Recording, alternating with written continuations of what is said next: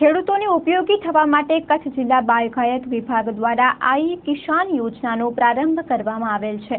ત્યારે આ યોજનામાં લાભ લેવા ઈચ્છતા ખેડૂતો માટે ઓનલાઈન એન્ટ્રી અને માર્ગદર્શન માટેનો ધમધમાટ બાગાયત કચેરી ખાતે જોવા મળી રહ્યો છે। ખાસ કરીને ખેતી કરતા ખેડૂતો માટે સરકાર દ્વારા વિવિધ યોજનાઓ અમલમાં મૂકવામાં આવેલ છે। ત્યારે આ યોજનાઓનો દરેક ખેડૂત મિત્રો જરૂરિયાત મુજબ ઉપયોગ કરી શકે તેમજ તે અંગે તેમને માર્ગદર્શન આપી શકાય તેવી પહેલ ભુજ બાગાયત વિભાગ દ્વારા કરવામાં આવેલ છે। જેના અનુસંધાને આઈ કિસાન યોજના હેઠળ ઓનલાઈન ફોર્મ ભરવાની કામગીરીનો પ્રારંભ કરવામાં આવેલ છે। જિલ્લા બાગાયત અધિકારીએ આ અંગે ચંચળ ન્યૂઝ સાથે વાત કરી હતી।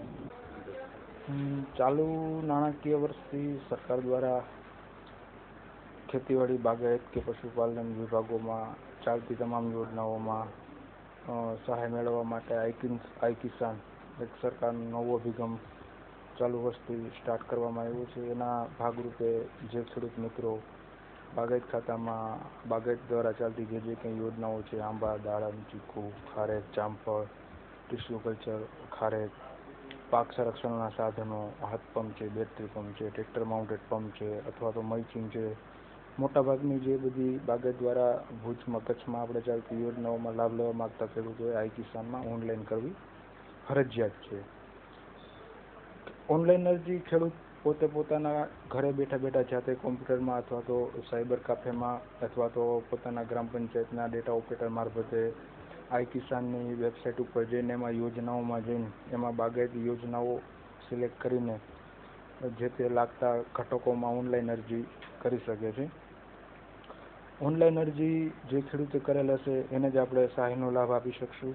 એની જે પ્રોસિજર છે, એની જે આઈ કિસાનમાં ઓનલાઈન અરજી કરવાની છે, એના માટે કોઈ ખેડૂતે પોતાનું 12 કાર્ડ રાશન કાર્ડ ના પણ હોય અને પોતે ખેડૂત નોંધણી ના કરાવેલી હોય તો પણ એ આઈ કિસાનમાં ઓનલાઈન અરજી કરી શકે છે। જેના માટે એને પોતાનો 7/12/8 અને બેંકની વિગત અને જો શક્ય હોય તો 12 કોટેડ રાશન કાર્ડ સાથે રાખી આઈ કિસાનમાં જઈને યોજનાઓમાં જઈને બાગાયતી યોજનાઓમાં જઈને જે તે ઘટકમાં આંબા, દાડમ, ચીકુ, ખારેક કે જે ઘટકમાં એ લાભ લેવા માગે છે એ લાભ જઈને તેમાં અરજી કરવામાં અરજી કરી શકે છે। જેની છેલ્લી તારીખ 20/9 છે। તો ખેડૂત મિત્રો તમે બાગાયતી પાક અત્યારે હાલ વાવેતર ના પણ કરેલું હોય, તમે ડિસેમ્બર, જાન્યુઆરી, ફેબ્રુઆરી કે માર્ચમાં સુધી કરવા માગતા હોય તો એ ખેડૂતને આઈ કિસાનમાં જઈને ઓનલાઈન અરજી 20/9 પહેલાં કરી દેવી પડશે। કારણ કે 20/9 પછી આપણે ઓનલાઈન અરજી નહીં કરી શકું જ્યાં સુધી ગાંધીનગરથી એમાં મંજૂરી ના મળે ત્યાં સુધી। તો 20/9ની ડેડલાઇન છે। તો ખેડૂત મિત્રોને આહવાન કરું છું કે જે કંઈ બાગાયતી લાભ લેવા માગતા ખેડૂતો છે બાગાયતી યોજનાઓને તો એને 20/9 પહેલાં ઓનલાઈન અરજી કરી દેવી। અને કદાચ ઓનલાઈન અરજી કરવામાં આપને ખ્યાલ ના આવે અથવા તો કોઈ તકલીફ પડે તો અમારી કચેરીનો સંપર્ક સાધશો તો અમે પણ તમને મદદગાર થઈને અહીંથી ઓનલાઈન અરજી કરી દઈશું। પણ ઓનલાઈન અરજી કરવી એક ફરજિયાત છે।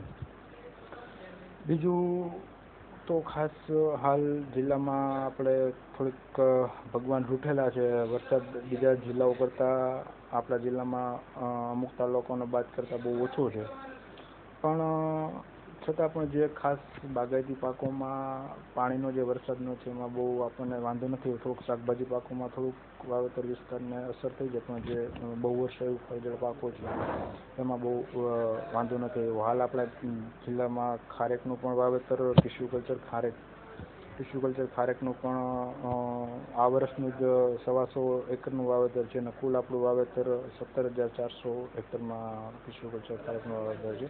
આંબાનું વાવેતર પણ 9,600 હેક્ટરમાં થવા પામેલું છે। અને ખાસ જે આપણા જિલ્લામાં નવો પાક ગણાતો દાડમ પાક ગણાતો દાડમ પાક નવો વાવેતર વિસ્તાર વધી રહ્યો છે, જેમાં પણ ખાસ નખત્રાણા છે, ભચાઉ છે, અબડાસા છે, એ તાલુકાઓમાં સારા એવા પ્રમાણમાં ખેડૂતો ગ્રુપોમાં ક્લસ્ટરમાં એક સાથે દાડમની ખેતી કરતા થયા છે।